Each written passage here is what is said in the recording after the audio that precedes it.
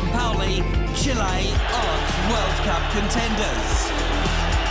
He says it's just not logical, despite a dramatic turnaround in fortune to qualify for Brazil 2014. But if you speak to the players after their extraordinary run, they say anything can happen. Yes, of course, the pressure is there, and now we want to win the World Cup. We have a great team, and I believe that we can achieve this. The Chilean national team had been languishing under former coach Claudio Borghi's outdated tactics and selection policies. Chile lost 6 of their first 10 qualifying matches, leaving their campaign in tatters. But once Sampaoli took over, he pieced together a run that led to his peers voting him the best coach in CONMEBOL qualifying.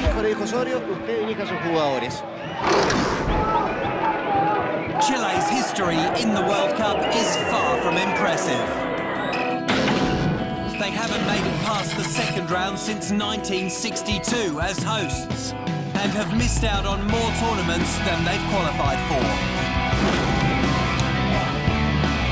In fact, they are the only side of CONMEBOL's founding members that hasn't won the competition, the others being Brazil, Argentina and Uruguay. But for 2014, there's a different atmosphere surrounding La Roja, and it's centred around a Generación Dorada, or Golden Generation.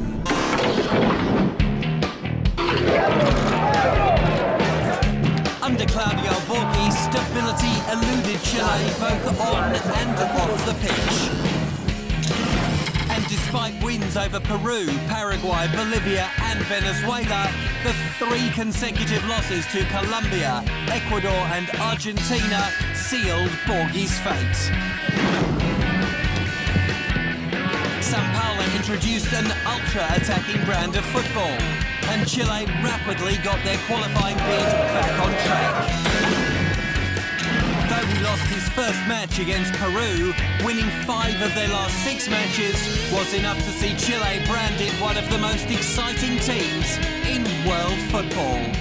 La verdad que me encontré con un grupo de jugadores con mucho hambre, con mucha ganas de clasificar al mundial, más allá de que estaba un poco complejo en algún momento, pero valorizo mucho el grupo, ¿no? El esfuerzo que hizo un grupo que tuvo mucha hambre para cambiar una historia que, como te dije anteriormente, estaba un poco complicada.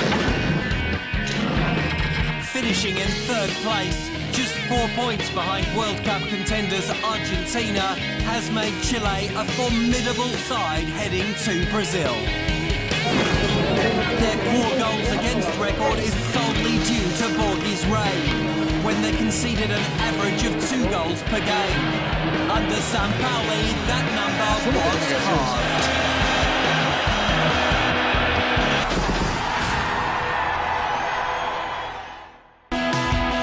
Chile's head coach Jorge Sampaoli is a self-confessed admirer of El Loco, or the madman Marcelo Bielsa, Chile's former coach for the 2010 World Cup. A tactical geek who was once quoted as saying, "Attacking football is the simplest way to victory and success." And it's through the attack that Sampaoli now runs his Chile. La mejor posibilidad que tiene Chile de poder ganarlo es instalarse mucho en campo contrario y ataques continuos contra un rival que realmente tiene una fortaleza importante.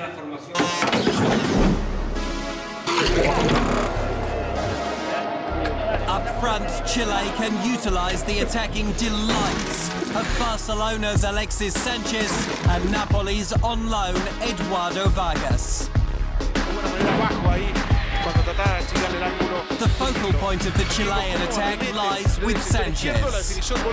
Able to play on either wing or as a central striker, he's thrived under new Barca coach Gerardo Martino, and he's carrying that confidence into the national setup every time he links up with the squad.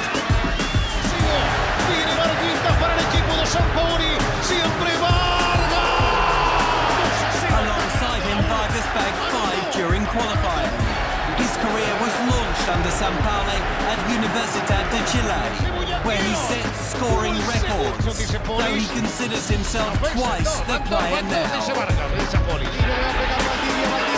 But neither Sanchez nor Vargas could do their job without Jorge Valdivia sat in behind, utilising an odd false nine role.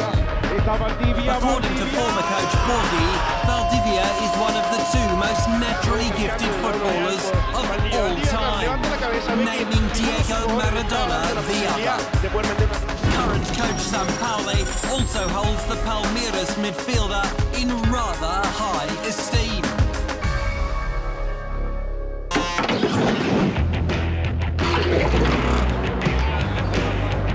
There are relatively few areas of concern for Chile, but one is in the defence. Cardiff City's Gary Medel and Flamingo's Marcos Gonzalez make up a central defensive partnership that does the job to a degree. Naturally a defensive midfielder, Medel is playing in the back line to bring mobility and swift distribution. But as strong as he is on the ground, he's vulnerable in the air at just 5 feet 7 inches. While Gonzalez makes up for this, standing at 6'3" and by far the side's biggest player, his weakness is his immobility on the ground. But luckily for Chile, their midfield makes up for any weakness in defence.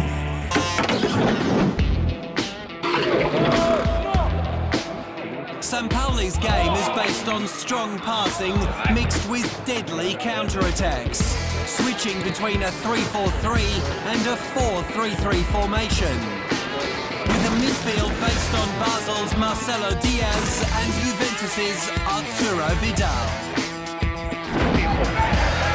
Firstly, Diaz plays as a deep-lying playmaker, setting the tempo of the game and recycling possession. And in Vidal, Chile have one of the best, if not the most complete midfielders in the world. According to Sampaoli, he's the Lionel Messi of midfielders. Playing box to box, Vidal covers every blade of grass and will beat the heart of the Chile midfield.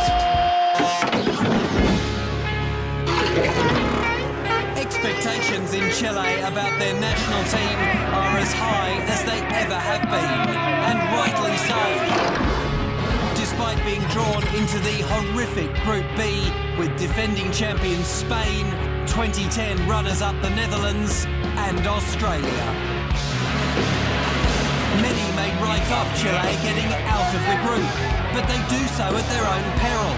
The bookmakers cut Chile's odds of winning the tournament from 350 to 1 to 40 to 1, in light of their qualifying campaign under Sampaoli, and for good reason.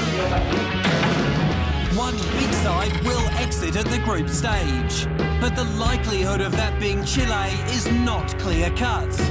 They should beat Australia, and then their final match against Netherlands on June 23rd will be the decider. Very rarely does a manager state that his side has no chance of winning, so it is unlikely that Sampaoli genuinely believes his side are no-hopers. His players know he believes in them, and they will go up against each opposition knowing they can outpass and outscore anyone on their